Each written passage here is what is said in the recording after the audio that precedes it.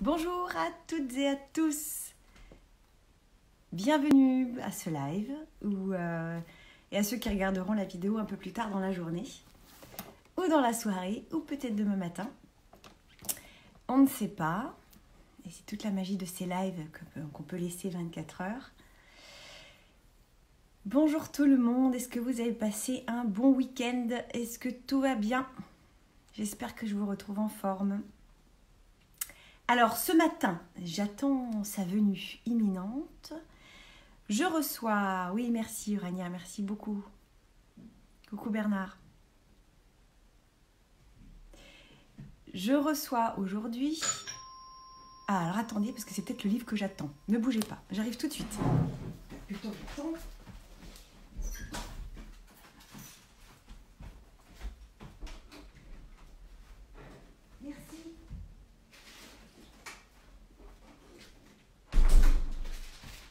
Alors là, c'est incroyable. J'attendais un livre. Bonjour tout le monde, bonjour, c'est incroyable. Ah, c'est incroyable si c'est celui-là. Alors là, c'est lunaire, ce qui vient de se passer. C'est-à-dire que l'invitée de ce matin, qui est Marie-Alix de Puter, a écrit un livre, le voilà. Je l'ai commandé il y a une semaine. Je l'avais commandé en colissimo pour pouvoir avoir le temps, évidemment, de le lire. Alors, j'ai pas le temps de le lire puisque je viens de le recevoir en live. Vous avez entendu comme moi la porte qui sonne au moment... Voilà. Je vais recevoir Marie-Alix. Alors, je sais pas où elle est, mais... Oui, je me laverai les mains plus tard. Il est où mon gel machin, là? Oh, ça me saoule. Je peux même l'embrasser, si vous voulez. Voilà, donc je suis super contente, c'est incroyable, c'est un truc de fou, voilà, donc le voilà, donc je suis super contente. Alors Marie-Alix, est-ce qu'elle est là? Oh, t'es là Marie, super. Alors, si tu demandes à rentrer, et regarde, Marie-Alix, c'est pas un truc de fou? Le livre arrive au moment où je démarre le live, la porte sonne, et j'ai le gardien qui m'apporte ton livre. C'est pas un truc de dingue ça? C'est pas beau ça? Alors Marie-Alix, je te demande.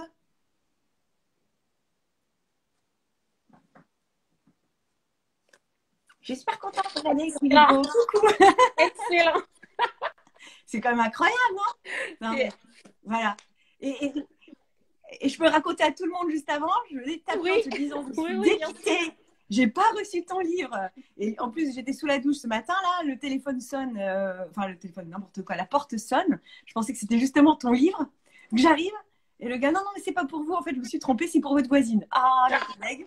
Et là, je démarre le live, il arrive, il est là. Incroyable, voilà. incroyable. Il n'y a pas de hasard. Il n'y a pas de hasard. C'est excellent. Bienvenue, merci d'avoir accepté mon invitation, Marie-Alix. C'est génial. Merci Julie. J'étais un peu intimidée. Je me suis dit, oh là là, je sais pas ce que je vais dire, mais merci à toi. Alors, je sais que tu vas avoir plein de choses super passionnantes à nous raconter. Ça, j'en suis convaincue. Et écoute, bienvenue parce que c'est important pour moi de te recevoir ce matin pour justement tous les beaux messages que tu as à transmettre à nous tous en cette période si particulière. Je sens effectivement les gens en ce moment un petit peu en phase un petit peu bad. Ça devient un peu long, un peu compliqué. Si cela n'a pas été depuis le départ pour certains, mais on va dire que là, ça commence à un peu ramer. Et voilà.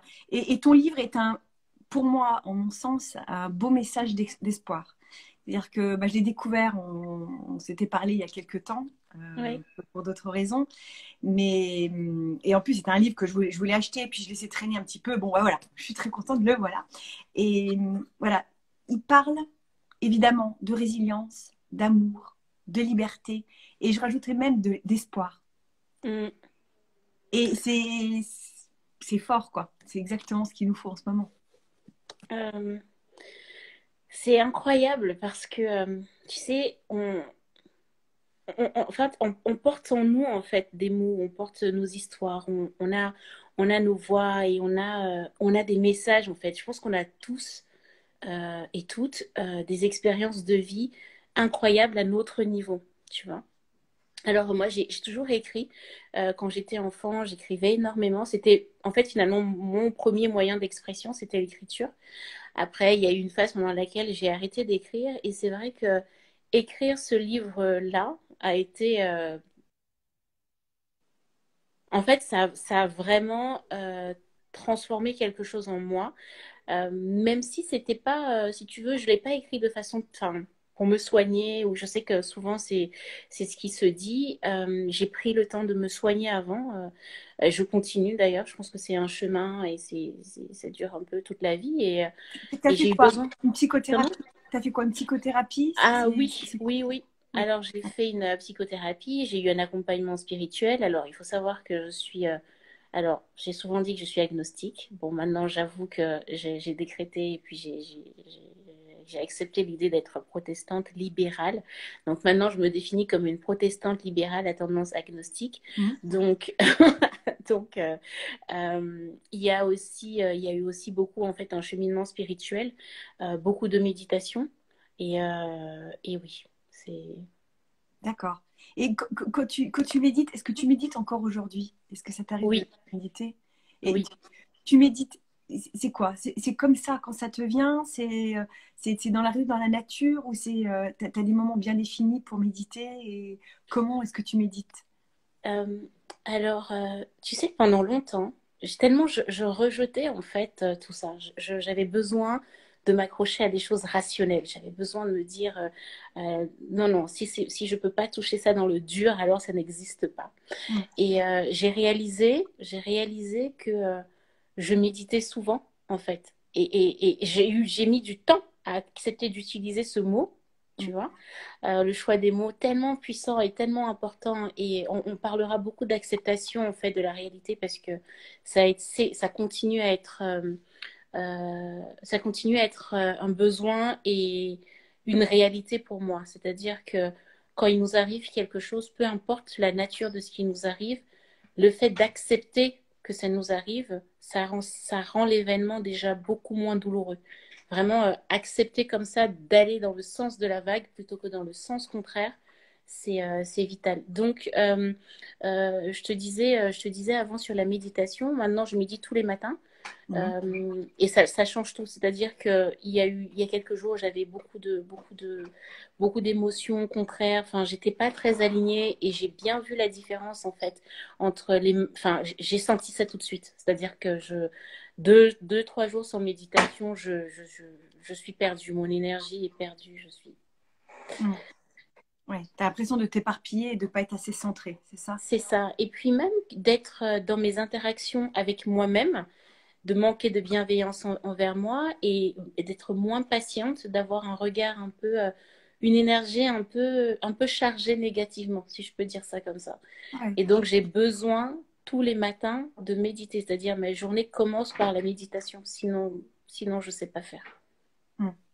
Et c'est de la prière athée, comme moi je la définis moi, c'est Mm. ce que je peux faire, ou est-ce que c'est une méditation à peut-être prière aussi? Est-ce que c'est une méditation qui passe par quoi? Alors, en fait, ça dépend des matins. Il y a Mm. des fois où je fais, je sais pas si je vais parler de protocole, j'écoute des choses voilà, qui m'aident un peu dans mon moment, dans mon accompagnement. C'est aussi beaucoup de regard un peu à l'intérieur, de poser des mots, d'avoir ce moment en fait à moi. Donc, soit je fais venir en fait des voix qui me viennent Mm. de l'extérieur, qui m'accompagnent dans la méditation. Donc j'écoute des méditations, des personnes qui accompagnent dans la méditation.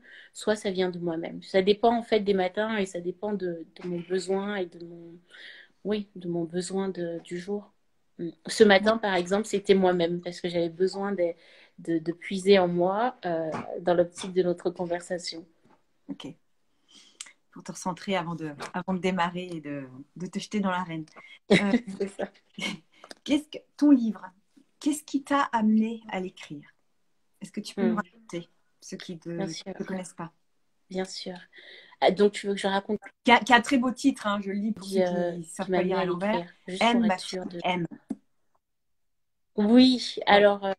Alors, Oui, c'est ça. l'histoire est la suivante. Il y a quelques années, je travaillais dans une ONG. Je suis responsable des programmes internationaux et dans le cadre de mon travail, j'avais pour mission de recruter, sélectionner, former et accompagner les projets de volontaires. Les volontaires, ils partaient sous le statut de volontariat de la solidarité internationale. Et dans le cadre donc de cette mission, j'ai rencontré quelqu'un qui était assez incroyable. Et en fait, avant de le rencontrer, je me rappelle, je recevais en fait toutes les lettres de motivation des personnes qui souhaitent partir comme ça à l'étranger. Et donc j'ai reçu sa lettre et je n'avais jamais vu. J'avais jamais rien vu de pareil. Enfin, il faut savoir que j'en recevais une vingtaine par jour. Enfin, je veux dire, j'ai reçu ça. Je me rappelle, j'ai sauté de ma chaise. J'ai couru dans le bureau de mon chef en mode Marc, attends, on a reçu une lettre. C'est pas croyable. Il y a un gars, mais il est extraordinaire. Et voilà, j'ai rencontré une lettre, j'ai rencontré des mots. Donc on parle beaucoup de mots. Donc l'écriture, c'est aussi ça. Et après, on s'est rencontrés physiquement. Oui, il n'y a pas eu de coup de foudre de mon point de vue pour moi. Pour lui. Mais lui, il a eu un vrai coup de Un foudre peu pour quand moi. même, à travers son CV, à travers sa lettre, un peu Oui, quand même. j'ai eu un coup de cœur. J'ai eu un coup de Oui, cœur pour sa lettre, mais j'ai pas eu de sentiment amoureux, bien tu sûr. vois. Et donc, franchement, à partir du moment où à la fois nos esprits et nos mots et nos cœurs se sont rencontrés, enfin, on s'est mariés assez rapidement. Lui était parti au Cameroun déjà. Il se trouve être mon pays d'origine. Voilà, assez rapidement, ça a été, on se marie, mais on va pas les séparer. Donc, je décide donc d'aller le rejoindre pour sa deuxième année de mission. Et là, il a été assassiné en fait 3 semaines avant qu'on ne rentre en France. J'étais enceinte de notre fille qui s'appelle Rachel. Et donc, d'abord, ça a été une année très difficile. Ensuite, comment ça s'est terminé? J'ai écrit un livre, mais j'ai toujours pas de mots vraiment pour l'exprimer à l'oral. Ouais, ouais, je sais pas si c'est un tsunami, un truc où on se perd et on se perd, mais totalement en fait. Et donc voilà, du coup, il est assassiné, il meurt dans mes bras, je suis enceinte.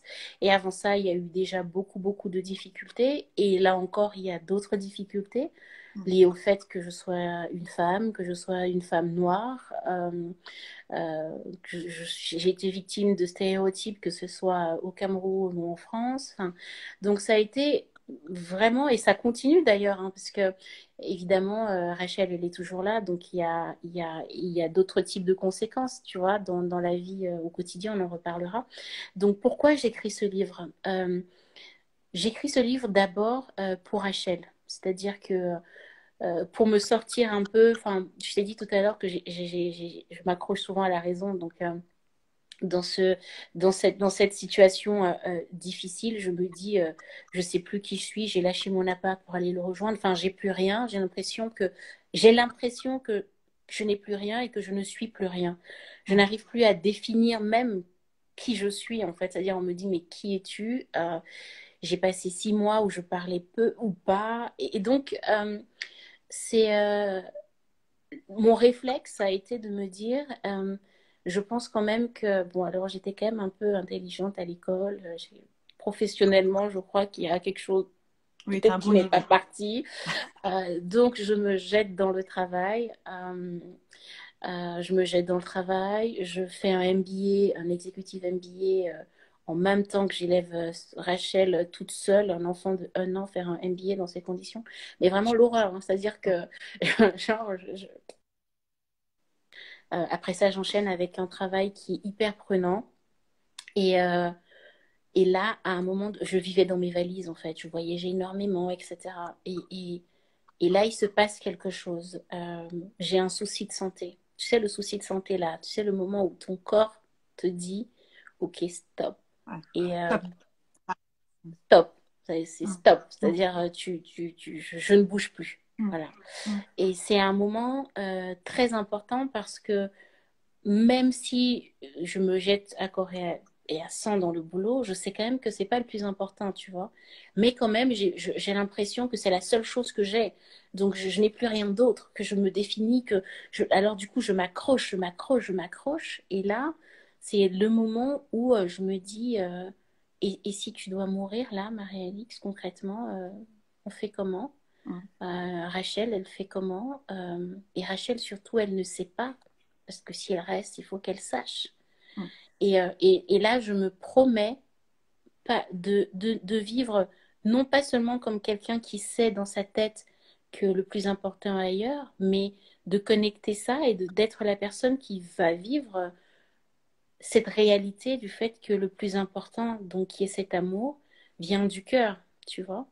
Et donc, je décide d'aligner ma tête avec mon cœur et mon cœur doit devenir un peu le centre, le cerveau de tout le reste, tu vois. Mm.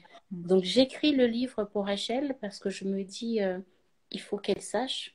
Voilà, il faut qu'elle sache.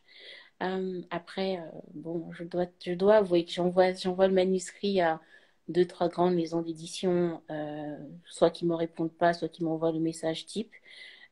J'étais quand même déçue par l'une d'entre elles parce que je tenais tellement je peux le dire celle-là, mais Anne Carrière, je me disais, mais Anne Carrière, j'adore les livres, enfin, ce qu'ils publient, etc. Et j'aurais été tellement touchée et heureuse que ce soit Anne Carrière, mais en fait, eux aussi m'envoient un message bateau et j'étais très déçue. Et après, je reste là avec mon manuscrit. Je me dis, ma mission est accomplie puisque mon objectif prioritaire, c'était de l'écrire pour que Rachel le trouve. Mm. Et en discutant donc avec un ami qui a relu en fait le manuscrit, le premier, on discutait, il me dit non mais Marie-Alix, tu vois, un livre qui n'est pas publié, c'est pas un livre. Et puis surtout, il me rappelle que une des raisons que j'avais évoquées en écrivant le livre, je lui disais, tu vois, quand j'ai fini d'écrire, j'ai dit, ça c'est un livre que j'aurais aimé lire moi Mm. quand je me suis retrouvée dans cette Important. situation, Ouais. Mm. être veuve à 27 ans, enceinte, traumatisée, j'aurais aimé le trouver, ce livre. Mm. Et je ne l'ai pas trouvé. Mm. J'ai lu des statistiques, j'ai lu des histoires de veuves de guerre. Enfin, et donc j'avais l'impression d'être seule au monde. Et Ouais. pourtant, je sais que je suis pas seule au monde, tu vois. Mm. Mm. Mm. Et donc, je l'ai écrit pour Rachel, mais je l'ai publié pour nous tous et nous toutes pour qu'on sache que quelque part, on ne va pas tous vivre les mêmes épreuves. Je ne le souhaite vraiment à personne. Euh, mais on vit tous au quotidien des situations difficiles et je pense que ça aide, même moi-même, ça m'a aidé récemment de me relire pour mettre les choses en perspective, tu vois. Quand le quotidien commence à prendre un peu trop de place et Mm. qu'on se dise, et en fait, quelque chose d'autre est possible. Et c'est intéressant ce que tu dis par rapport au fait que tu écrit pour ta fille, mais pour nous tous, nous toutes.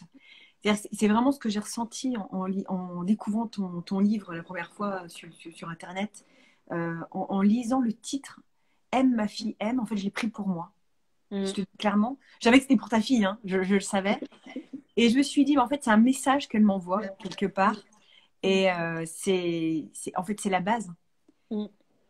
La- C'est là. L'amour, je trouve que, on va en reparler, hein, mais l'amour et le pardon.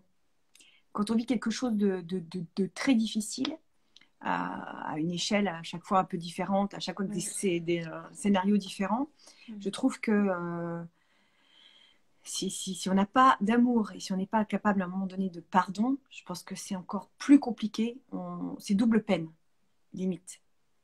On s'inflige doublement une souffrance encore plus compliquée, encore plus difficile à surmonter. Qu'est-ce que tu en penses de ça? Ah oui, le pardon, c'est un grand sujet. Ça va, C'est-à-dire que, euh, d'ailleurs, je pense que je l'ai écrit, je dis, le pardon, c'est quelque chose de très difficile pour moi. Très difficile. Tellement je suis une hypersensible, il y a tellement c'est tellement facile, en fait, parfois de m'atteindre avec des mots, avec des expressions, par rapport à ça, je vais te raconter deux histoires. Euh, je vais essayer de faire court parce que je sais qu'on a peu de temps, hein, mais je pense que c'est hyper important. Quand, alors, j'ai été, franchement, ce que j'ai vécu au Cameroun après la mort d'Eric, c'est, j'ai pas de mots. Mm. Euh, et quand je reviens en France, 3 semaines après, je reçois un message par le biais d'un ami commun, d'une dame qui a entendu parler de mon histoire et qui m'a envoyé 10 euros. Elle m'a envoyé 10 euros et elle m'a mis un petit mot en me racontant que dans les années 50-60, elle vivait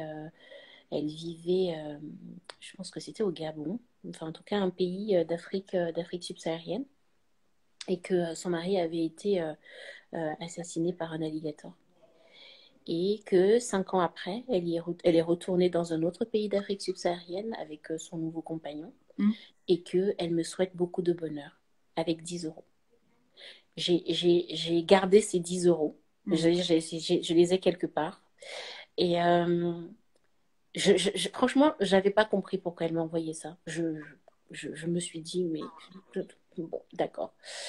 Et la semaine dernière, après, ça va faire 8 ans cette année qu'Erika a été tué.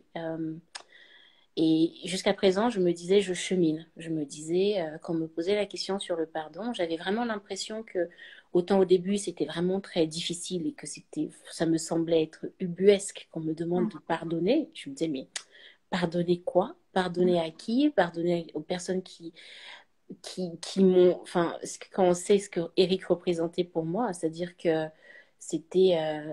en fait, au moment où je rencontre Eric, ce mec, il m'a aimé plus que je ne m'aimais moi-même à l'époque. Mm. Donc, vraiment qu'on vienne me dire, faut pardonner, je trouvais que c'était trop me demander. Je trouvais que vraiment, Et oh, vivre déjà, c'était déjà c'est assez. déjà pas mal. C'est déjà pas mal. Et, et là, la semaine dernière, j'ai écouté ton invité de lundi. C'était... Natacha Calestrémé. voilà. Et à un moment donné, vous parliez du pardon. Et à ce moment-là, elle a eu une phrase où elle disait à quel moment on sait qu'on pardonne? Mm. On pardonne quand on est en mesure de dire à la personne, eh bien, merci, parce que grâce à toi, j'ai pu faire ceci ou cela. Et là, je me suis rendu compte, c'est-à-dire que, merci Julie pour ton live, parce que c'est grâce à toi que j'ai découvert cette dame et c'est grâce à toi que j'ai pu entendre cette parole qui m'a fait réaliser que, mais oui, en fait, j'ai pardonné parce que aujourd'hui, quand on me dit, alors j'ai eu des conversations avec des amis par rapport à la prise de poids, etc., et qui me disaient, ah, mais tu veux pas retrouver ton corps d'avant, souviens-toi, etc., etc. Et je disais, non, en fait, je veux pas redevenir cette fille-là. Je veux pas être cette fille qui n'avait aucun amour pour elle, qui n'avait aucune prise de conscience sur sa propre valeur, qui était en colère, je dis, en fait, non. Et finalement, toute cette épreuve, tout ce que j'ai ça, enfin, je suis reconnaissante de m'être trouvée, en fait. Et ça n'aurait pas été possible. En tout cas, je ne vais pas réécrire l'histoire parce qu'on ne sait jamais ce qui aurait été possible ou pas possible.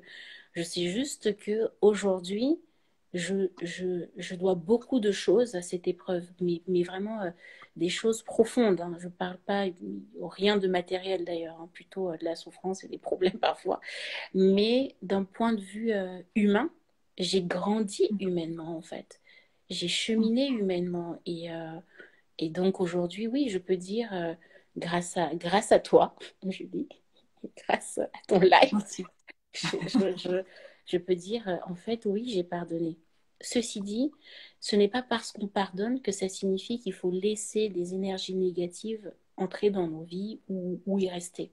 Je pense que c'est assez important de dire, ce n'est pas parce que je pardonne que ça signifie que je dois laisser la porte ouverte à ce qu'on me tape de l'autre côté ou qu'on me, tu vois, Mm. mais se dire, en fait, oui, j'ai pardonné, je suis en paix, en fait, Mm. avec ça. C'est, c'est, C'est. Est-ce que tu savais justement, là on peut parler aussi de résilience, c'est-à-dire j'ai Mm, l'impression quand même que tout est lié. C'est-à-dire mm, le pardon, à partir du moment où on a atteint ce pardon, on peut parler aussi de résilience, même mm, si je pense quand même que la résilience peut arriver avant le pardon. Et mm, justement, c'est peut-être la résilience qui nous permet d'accéder enfin au pardon. C'est comme mm, une marche en fait. Après chaque deuil, comme je disais la semaine dernière, je parlais, c'est ce que j'évoque dans l'un de mes cahiers, enfin le cahier de sophrologie-méditation que mm, je parle des deuils. C'est-à-dire que mm, là, tu as vécu un moment tragique de deuil, d'une mort, d'un décès, ce qui est d'une extrême violence. mm, Mais finalement, on est tous amenés, plus ou moins, à vivre des deuils. mm, Ouais, moi, j'en ai vécu un aussi à la même période que toi, à la même année. Mais c'est un autre deuil, une autre forme de deuil. Peut-être que mm, j'y viendrai un jour, peut-être que j'en parlerai. Pareil, quelque chose d'une extrême violence que je ne souhaite à personne non plus. J'ai pas d'ennemi, mais je souhaite même pas à mon pire ennemi. mm, C'est quelque chose qu'on. Et à un moment donné, je pense qu'effectivement, on peut accéder au pardon quand déjà on a dit, ok, quand on arrive à sortir de l'eau et à dire, ok, déjà, est-ce que je choisis de vivre? Est-ce que je choisis la mm, vie? Là, c'est la première question, c'est ce que tu disais. Et est-ce que j'accepte que cette vie, ce mm, que j'ai choisi de vivre mm, comme épreuve, est-ce que je décide que cette épreuve me tue aussi? Ou est-ce que je décide qu'elle me donne finalement un autre élan de vie mm. et finalement pour rebondir, pour avancer, pour grandir, pour Mm. retrouver une nouvelle force? La question que je vais te poser, c'est est-ce que tu savais que tu avais cette force-là en toi? Je pense que. Alors, est-ce que je l'ai exprimé comme ça dans le livre? Je ne sais plus trop, mais je pense que c'est facile de se dire ou de se penser fort tant qu'on n'a pas vécu d'épreuve. On peut se dire, ah, mais bien sûr, j'ai réussi à faire ceci, ah, je suis forte. Je pense que ce sont les épreuves, en fait, qui disent la vérité de cela, de, de, qui nous donnent l'occasion de l'exprimer, cette force qu'on a en nous. Euh, Moi, je te disais, je suis une hypersensible.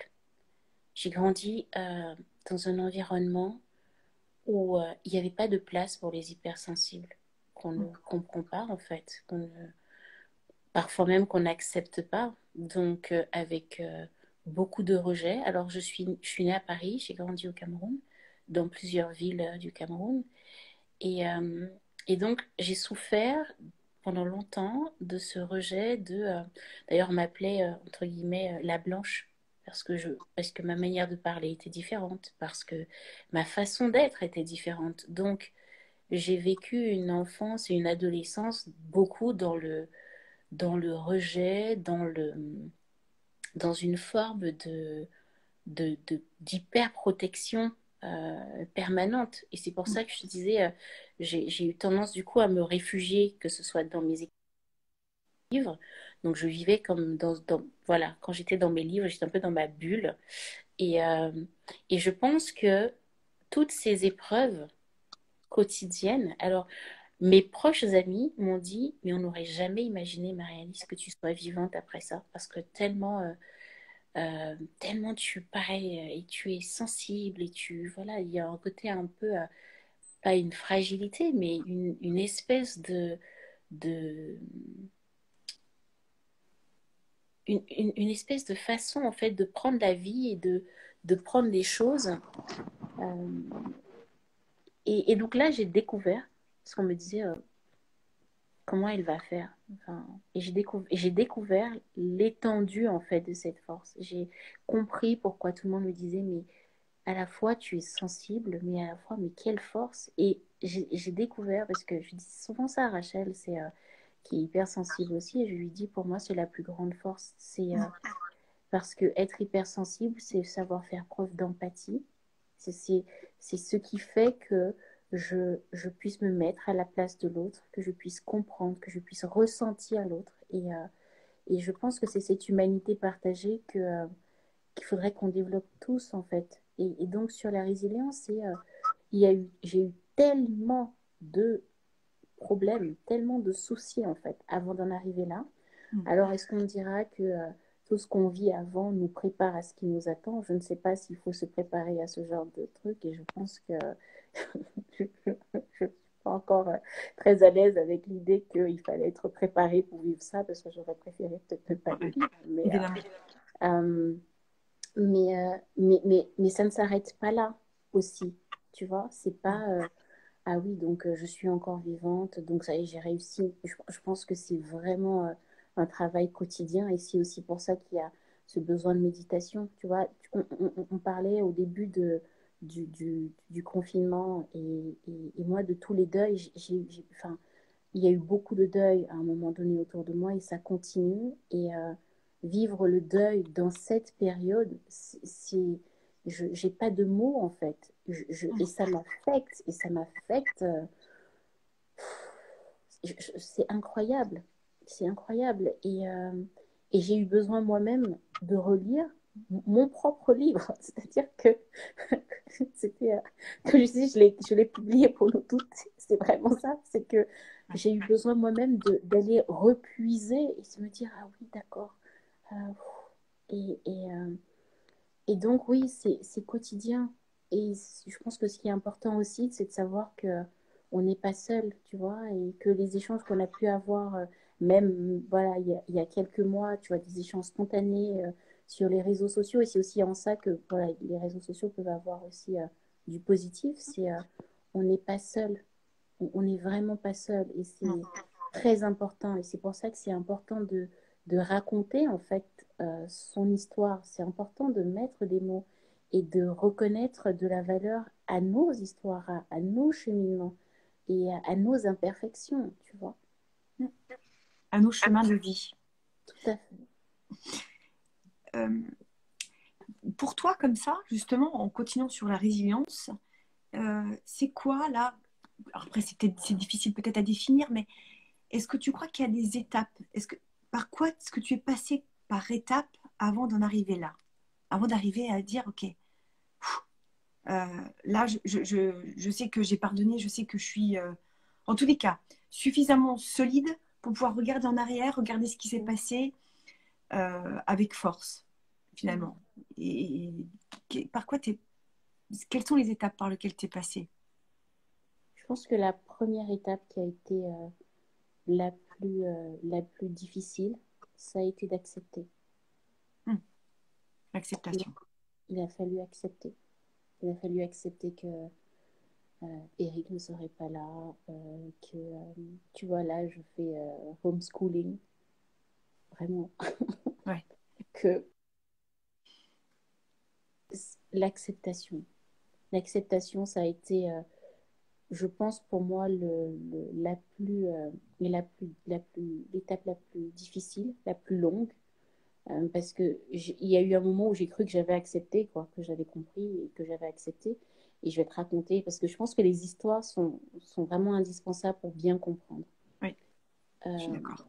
Quelques mois après la mort d'Eric, je discute avec une copine qui me dit alors comment tu fais pour la garde du bébé? Et moi je lui dis non, il n'y a pas de problème pour la garde du bébé. Nous sommes au mois d'octobre, octobre 2012. Donc je lui dis et le bébé doit naître en janvier. Hmm. Je lui dis non, non, il n'y a pas de problème pour la garde du bébé. Elle me dit attends, je ne comprends pas très bien. Mais quand tu vas repartir au travail, tu cherches une nounou, je lui dis non, non, c'est réglé. Et là, je dis non, en fait, on avait décidé que c'est Eric qui garderait le bébé pendant que je retournerai au travail. Et en fait, au moment où j'énonce, Hmm. on a décidé que c'est Eric. Eric a été tué en juillet, hein. Donc nous sommes au mois d'octobre. Hmm. Et je dis ça.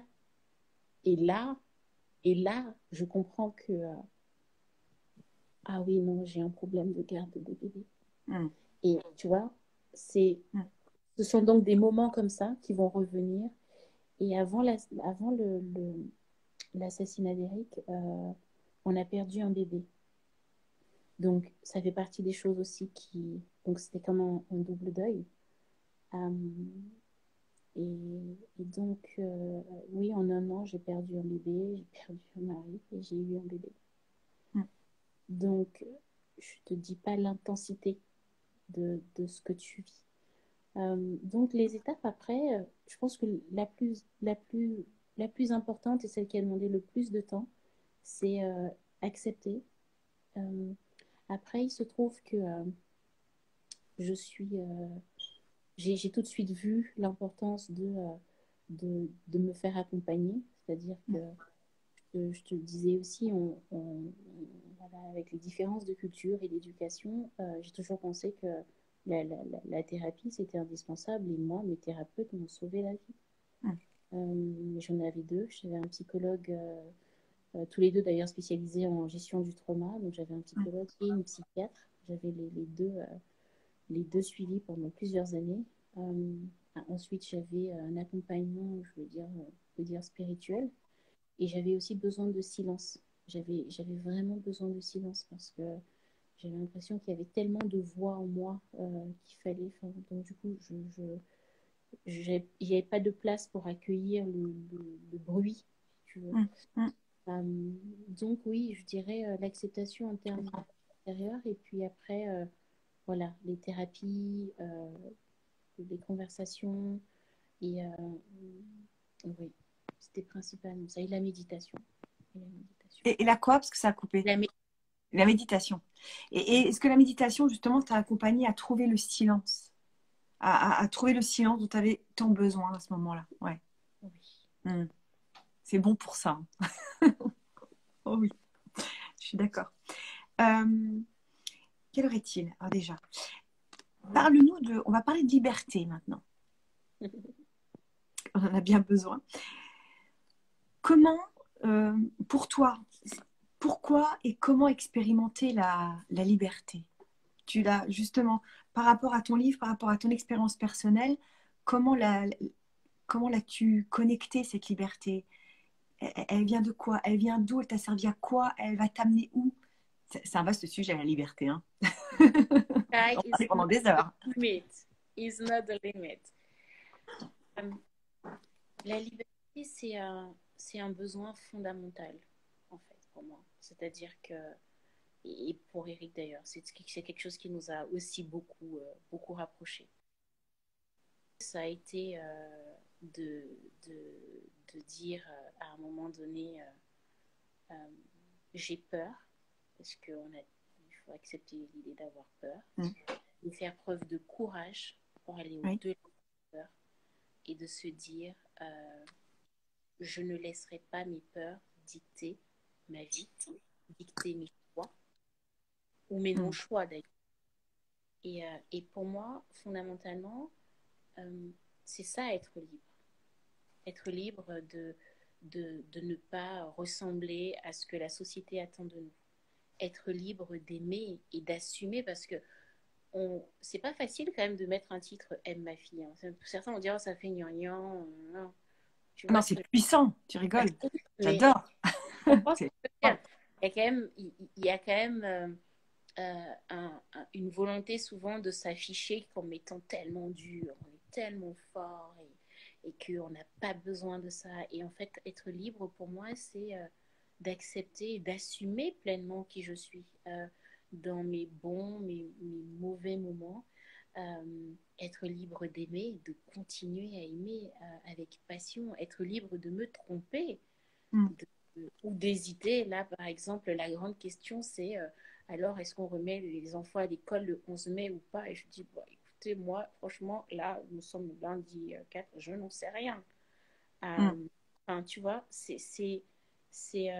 et cette vérité, on la trouve en soi. C'est le temps qu'on passe avec nous-mêmes. Tu vois, alors, comment il dit ça en anglais? Self-awareness. Mm. Oui, enfin, voilà, la connaissance de soi, en Ouais. fait, et l'acceptation de soi. Pour Mm. moi, c'est ça qui est un chemin de liberté. On a L'acceptation de soi et justement l'acceptation des peurs, c'est ce que tu disais. tout à fait. C'est très fort ce que tu as dit là. C'est hyper important, je pense, et c'est même fondamental. Ne pas se laisser. Je ne laisserai pas mes peurs dicter mes choix. Mais putain, mais ça, il faut l'écrire en. Voilà, Marie-Alix a dit le 4 mai 2020, cette phrase fondamentale. Mon Dieu, écrivez-le là, vite, dans les murs, vite. C'est exceptionnel. Mais j'adore cette phrase. Elle est, mais elle est puissante. Elle résonne très, très fortement en moi, en tous les cas. Je ne laisserai pas mes peurs dicter mes choix. Joujou. C'est posé, quoi. C'est extra. Et je pense que c'est ça. Ne pas dicter mes choix. Ne pas se laisser dicter par ce qu'on doit penser, de ce qu'on doit dire. De pas... Mais parler des peurs, là, voilà, c'est aussi les accepter. C'est accepter. C'est les prendre à bras le corps et dire, OK, je te vois bien la peur. Je te connais, je t'ai déjà vu. Qu'est-ce qu'on fait ensemble? Qu'est-ce qu'on va pouvoir faire ensemble pour avancer? Tout à fait. Tout à fait. C'est très, très fort. Maintenant, est-ce que tu veux bien nous parler d'amour? Oh, l'amour. L'amour, c'est tout. Tu sais, l'amour, c'est... on accumule énormément de biens matériels. On s'encombre de titres. On, on essaye d'additionner les diplômes, les grandes écoles. J'ai fait Harvard, j'ai fait le CELSA, je suis DIRCOM, je suis autrice, non, non. Et en fait, le jour où on meurt, il ne reste rien de tout ça. Personne ne vient dire ah, mais vous savez, elle avait fait ceci, elle avait écrit 10 livres. Non. On dira ah, je me souviens de ce live, je me souviens de ce que notre relation m'a apporté, de ce que notre amour m'a apporté. Et que ce soit la personne qui part ou les personnes qui restent, ce n'est que ça qui reste nous. L'amour qu'on a donné et l'amour qu'on a reçu. Et, et vraiment, le titre Aime ma fille, aime, c'est pour moi, c'est l'essence. C'est-à-dire, c'est la seule chose, si j'avais une seule chose à dire à tout le monde, y compris à moi-même, c'est d'aimer, de nous aimer nous-mêmes. J'ai mis du temps, en fait, à m'aimer moi-même. La première fois que je me suis regardée dans un miroir et que j'ai dit Marie-Alix, je t'aime, j'ai pleuré. Et j'ai pleuré très longtemps. Donc cet amour qu'on a pour nous, pour les autres, pour la nature, regarde un petit peu ce qui se passe là, de voir comment la nature reprend, enfin, elle vit en fait. Et pour moi, c'est ça, c'est la base, c'est le fond, c'est le plus important, c'est l'ultime. Voilà, c'est ça. Je dirais que l'amour, c'est notre ultime à tous. Qu'on en soit conscient ou pas, idéalement, il vaut mieux en prendre conscience le plus tôt possible pour en profiter, tu vois. Oui. Parce qu'on parle des moments de qualité. Ça veut dire quoi un moment de qualité? Moi, je ne sais pas ce que ça veut dire, tu vois. En fait, finalement, tu es en train de dire aussi qu'on n'a pas le temps pour la haine. On n'a pas le temps de ne pas s'aimer déjà soi. Commencer par soi, c'est une perte de temps. Ça, c'est ce que je dis en permanence à ceux qui me suivent, à ceux que j'ai en thérapie. Ça commence par ça. Commencer déjà par s'aimer, c'est fondamental. On est d'accord, je te rejoins parfaitement là-dessus. Et finalement, effectivement, on n'a pas le temps. On n'a pas le temps pour la haine. Je veux dire, la vie est trop courte. La vie est tellement semée déjà d'embûches comme ça qu'on n'a pas le temps en plus de ne pas mettre justement de l'amour à chaque pilier, à chacun de nos pas. Tu sais cette phrase de la vie est courte et on ne sait pas quand ça va s'arrêter? Non. Beaucoup de gens le disent de façon un peu intellectuelle, tu vois, un peu, c'est pas pourquoi. Moi, je l'ai vécu. J'étais à table avec Eric, on s'apprêtait à dîner. Quelqu'un a cogné à la porte, il s'est levé, il a ouvert, il a été... Bref, je ne raconte pas le livre, mais je l'ai vécu. Donc, pour moi, c'est pas intellectuel. Et pour moi, c'est vrai que ça peut aussi parfois être un peu pas difficile, mais après, quand on n'a pas les mêmes réalités ou qu'on n'a pas vraiment suffisamment pris conscience de ça, on ne va pas comprendre pourquoi je vais avoir tendance à dire l'essentiel est ailleurs.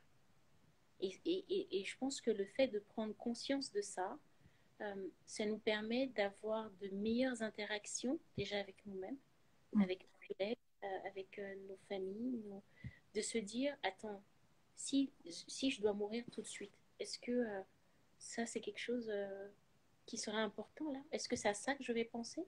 Non, en fait, donc, ok, non, je classe, j'avance et Mm. j'avance dans une énergie qui fait grandir tout le monde, qui apporte de cet amour à tout le monde. Et souvent, les personnes qui sont hyper négatives ou parfois peuvent nous rapporter leur énergie, ont encore plus besoin en fait de cet amour. Elles en ont encore plus besoin. Mm. Euh, c'est vrai que c'est pas dur.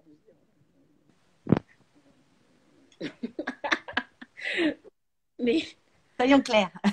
mais vraiment, plus une personne est en souffrance, Mm. plus elle va avoir tendance à faire ressortir cette souffrance et à la faire subir aux autres. Mm. Et c'est à nous de dire, en fait, non, ici, tu vois, là, c'est une zone free love. Ici, c'est Ouais. free, on va se faire des câlins. Voilà. Viens là. Viens faire un câlin. Calme-toi. C'est C'est ça. vrai. C'est ça. Ouais. Mais c'est une force aussi d'arriver à ça. Mm. C'est un gros travail sur soi. Parce Oui. que c'est ce que je dis, voilà, ce que j'ai déjà expliqué dans le rapport, enfin, dans le rapport humain, dans les couples qui nous écoutent. Souvent, ça frictionne. Il y en a un qui dit un truc de travers et il y en a un autre aussi. Mais pourquoi? Mais parce qu'il y a ces deux personnes en souffrance et ces deux souffrances qui se connectent comme ça et ça fait des étincelles. Alors qu'effectivement, il faut avoir à un moment donné la force, qu'il y en ait un des deux en tous les cas qui ait la force de comprendre que l'autre est en souffrance, de ne pas le prendre pour soi du coup. Première chose, de dire attends, là il me dit ça, mais en fait non, il parle de lui et il est en souffrance, ou elle. Et ok, je décide de poser les armes, j'arrête là et effectivement, je te prends dans mes bras, je t'embrasse. Mais à la fois, ça marche, Ça marche parce mais que ça peut être long à mettre en place. c'est que le besoin ultime de ça, c'est je veux être vue et reconnue. Oui. C'est pour ça que la prise de parole va commencer par la compassion, de dire je te vois, Mm. je te vois, et commencer en disant je comprends que en disant ça, ça change tout parce que la personne déjà se sent reconnue, se sent entendue, se Mm. sent vue.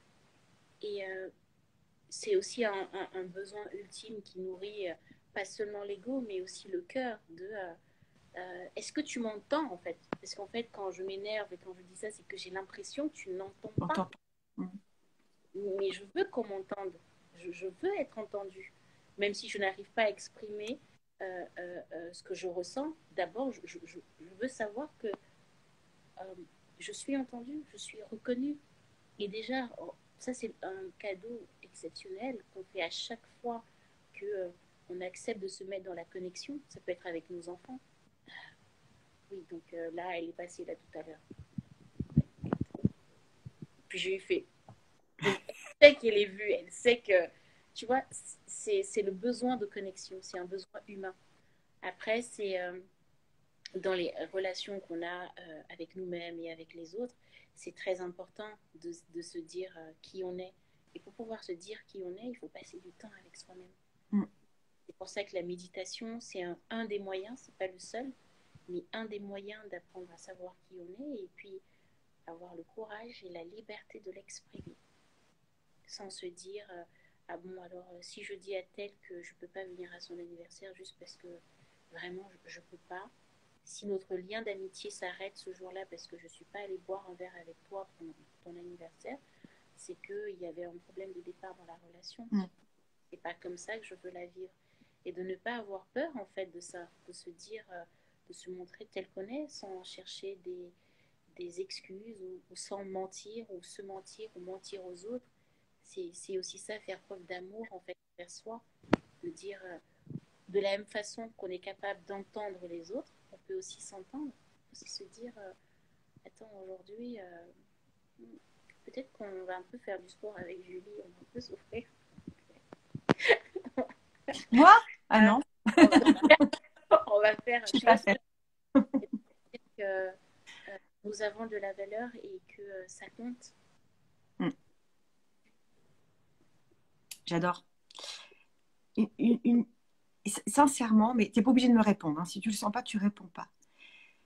Est-ce que la personne ou les personnes qui ont pris ton mari se présentaient à toi, est-ce que tu, enfin, qu'est-ce que tu ferais? Est-ce que tu es capable de dire là aujourd'hui, putain les gars, vous êtes des enfoirés, mais je vous pardonne? Tu es capable de dire un truc? Qu'est-ce que tu serais capable de dire en vrai? Euh, je ne sais pas trop, mais je pense que je suis prête. Je, Mm. je, je vis toujours les choses sur le moment, donc je vais avoir du mal à anticiper ce que je vais dire ou ce que je ne vais pas dire, mais je pense que je suis prête à avoir cette conversation. Et qu'au fond, je disais, nous sommes tous humains, nous sommes tous capables d'amour, y compris eux. Et je Oui. le pense vraiment. Ouais, je pense vraiment que... Et, et, et, euh, et tout ce cheminement, chacun doit le faire. Je parle de ça, c'est eux y compris, tu vois. Et je le pense sincèrement. Après, Mm. je ne projette pas de ce que je peux dire ou faire, mais je sais que je suis prête pour ça.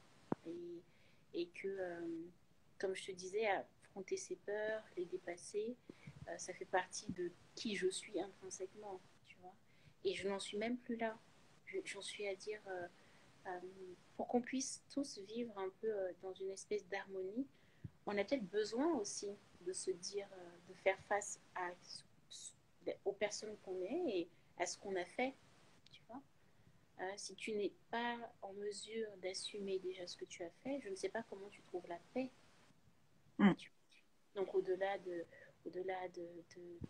côté juridique, etc., qui est encore autre chose, parce que finalement la justice, elle est là pour dire le droit, elle n'est pas là pour te soigner, elle n'est pas là pour... Tu comprends? Mm. Fondamentalement, c'est ça, c'est Mm. qui je suis, euh, comment j'avance, comment je chemine en fait avec les autres humains et comment je me rends pleinement capable de cet amour, si ce n'est en reconnaissant que j'ai commis l'irréparable et que je ne peux pas y revenir. Parce que de toutes les façons, on ne nous rendra pas Eric, tu vois. Mm. Euh, Mm. Ça s'est passé. Donc maintenant, c'est comment je vis aussi avec ce que j'ai fait, tu vois. Et pour toi, chaque humain est capable de ça. Je pense que nous en sommes tous capables. Mm. Et vraiment, vraiment, vraiment, vraiment.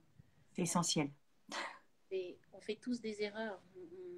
Alors ça, c'est pas une erreur simplement, mais euh, je ramène toujours les choses à des proportions qui sont plus quotidiennes. De se dire, est-ce que quand je me trompe, j'ai la capacité de me dire, je me suis trompée, Mm. de m'excuser, d'abord à moi-même, c'est très important, Ouais. à l'autre, et de se dire, je ne recommence plus et du coup j'avance.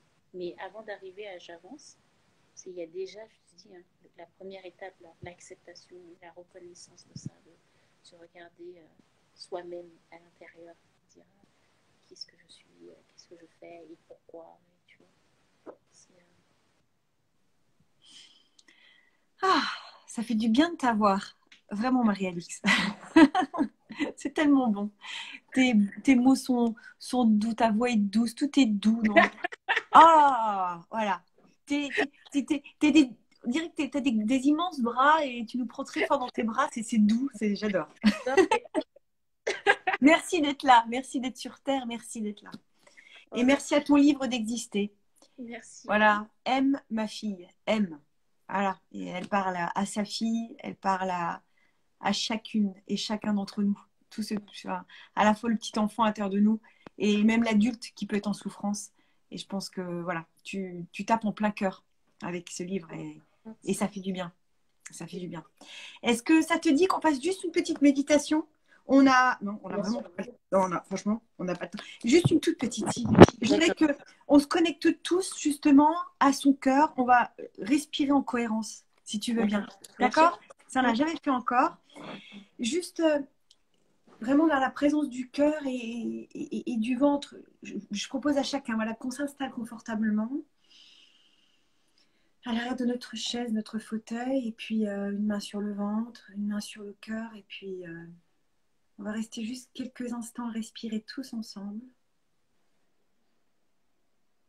profondément dans la présence de l'instant présent.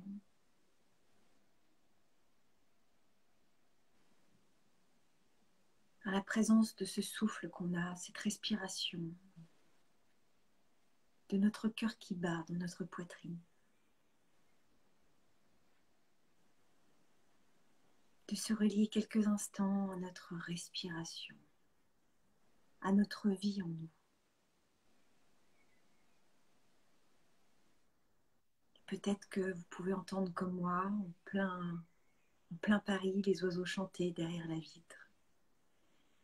Peut-être que vous êtes en pleine campagne et juste prendre quelques instants tout en respirant dans le ventre, dans le cœur. Connecté à la nature autour de soi et à toute la beauté que la nature nous propose, nous offre. Cet amour de la nature.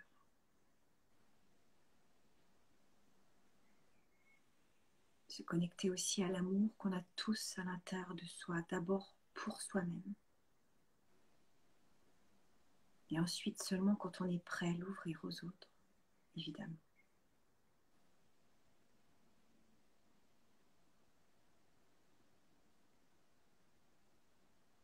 Sentez vos visages se détendre, vos épaules se relâcher. Sentez la présence de toutes les parties de votre corps en contact avec le fauteuil, la chaise. Vos pieds ancrés dans le sol.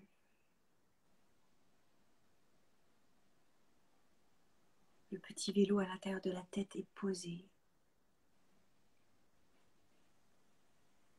L'écoute se calme à l'intérieur de soi.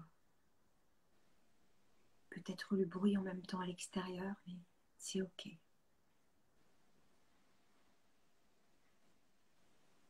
Simplement être là dans l'instant.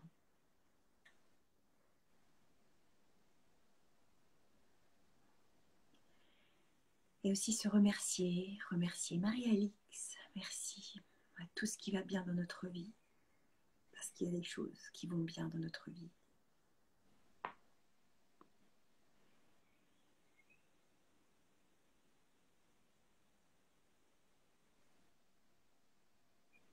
Et puis quand ce sera ok pour vous, vous pouvez sur une grande inspiration bouger vos doigts, bouger vos orteils, tendre les bras au-dessus de votre tête pour vous étirer, bâiller comme après une bonne nuit de sommeil.